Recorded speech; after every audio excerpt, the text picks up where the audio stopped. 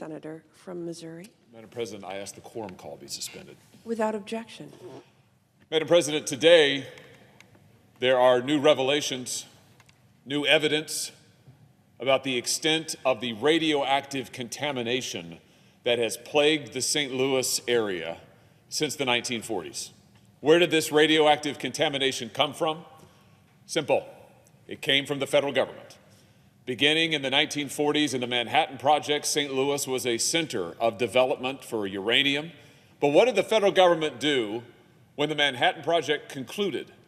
Well, we know more today after 15,000 pages of documents that had previously not been released were obtained by a parents' rights group in St. Louis and shared with news organizations. Here's what we learned: that the federal government gave this radioactive waste, fobbed it off onto companies in the region who did what? Who poisoned the water, who poisoned the soil, who poisoned the air, and the government knew about it.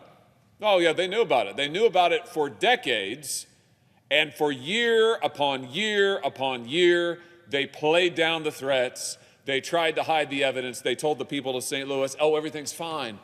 No, don't be worried. Don't worry at all. It's all fine. And meanwhile, kids playing along a creek filled with radioactive waste, kids going to school in buildings contaminated by the waste, residents coming out to houses, building homes in areas contaminated. And then the government wonders why the levels of cancer and autoimmune diseases and rare genetic disorders have spiked in the St. Louis region. Oh, we know. We know. It's because of the radioactive material from the federal government dumped into the St. Louis water and air and soil. Let's just review what we have learned. We now know that as early as 1949, that's right, 1949, the federal government paid a contractor, private contractor, to dispose of waste, but instead that contractor left the radioactive waste in steel drums sitting out in the open, in the elements, right next to a creek called Coldwater Creek, familiar to just about everybody who lives in the St. Louis region. It's familiar because whole housing developments and neighborhoods and, yeah, schools have been built along Coldwater Creek. Well, as early as the 1940s, that radioactive waste began to leach out of those steel drums into the water, and it gets worse. The same federal government paid another contractor to dispose of other waste, and what did they do? Rather than dispose of it, they drove it to a public landfill. And in the early 1970s, they just dumped the waste right into the landfill. Dumped it right into the landfill. How did this happen, you might ask? Well, as it turns out, that is a violation of federal law, you think? But what did the federal government do about it in the 1970s when they learned that this government-paid contractor had carried out this illegal act? Did they prosecute him? Did they fine him? Did they at least have a hearing and ask some questions? No, no, and no. They did nothing. And so the waste seeped into the soil, spread into the soil, and all the time the people of St. Louis were told, don't worry, it's all gonna be fine. A 1976 government test revealed that the levels of radiation in the creek water were at extremely dangerous levels. 1976. And here we sit in 2023, and we are told by this same federal government, the EPA, the Department of Energy, the Army Corps, that the cleanup of Coldwater Creek won't be done until at least 2038. Earlier this year, the school alongside Coldwater Creek, an elementary school, had to close, apparently permanently, because of radioactive contamination found inside the school. Now, in response to that, this body took action and passed my bill to mandate federal cleanup of the school, and if it can't be cleaned up, a new school to be built. And I thank my colleagues for their unanimous support for that activity. But that's not going to be enough. No, it is clear today that further action is needed because the federal government has caused this harm. I want to be crystal clear about this. This is not the people of St. Louis saying that we had a weather incident, which would be bad enough. It's not a natural disaster, which would be terrible. No, no, no. This is their government using them essentially as human guinea pigs. This is their government dumping radioactive material into their water, into their soil, and then lying to them about it. Not even for a year or 2 years, but for 3/4 of a century. And it still continues today.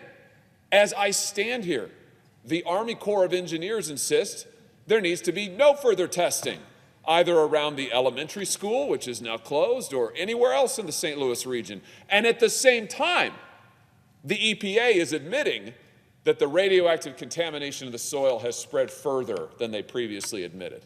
I mean, what is it going to take to get some basic justice for the people of St. Louis? We're talking, Madam President, about working people.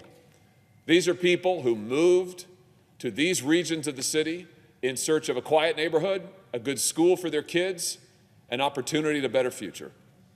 These are parents who allowed their kids to play in the creek because wasn't it awesome to have a creek right by their neighborhood? These are parents who sent their kids to the school trusting that they'd get a great education.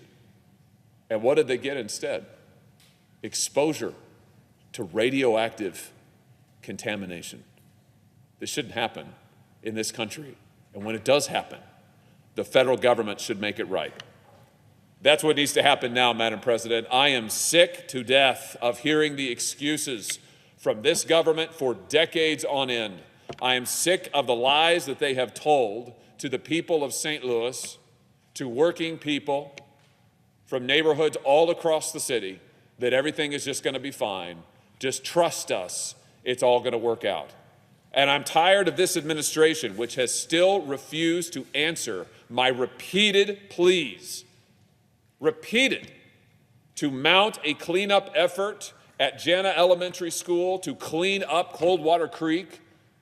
All we get is finger pointing and blame shifting. The Department of Energy says it's the Army Corps' fault. The Army Corps says it's the Department of Energy's fault.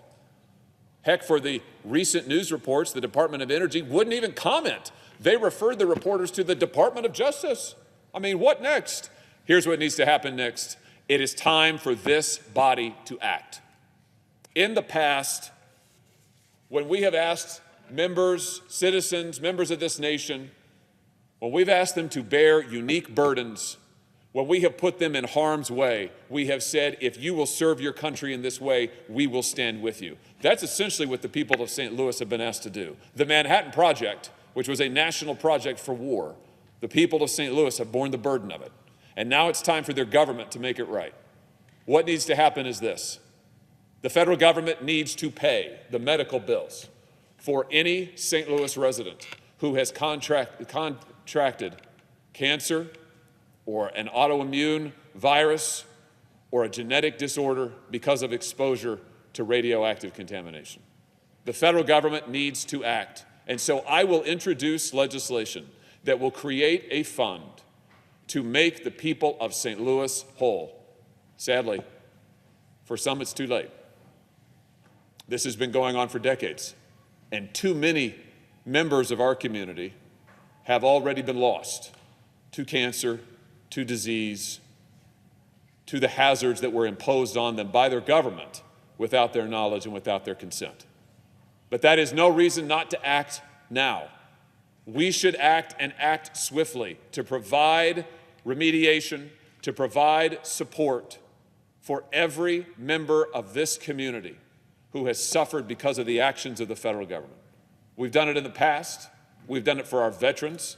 We've done it for other folks who have been negatively impacted by the nuclear program dating back to the 1940s, and we should do it now in the city and region of St. Louis. I will introduce legislation that will provide this support, that will provide this justice to the people of St. Louis. And I'll just close by saying this. It is justice that we are talking about. This is not a handout to the people of St. Louis. They're not asking for a giveaway. They're asking for some basic fairness. When their government imposes on them disease and disaster because of nuclear contamination, the least their government can do is to make it right. And I will come to this floor as long as it takes until we make it right for the men and women and children of St. Louis. I yield the floor.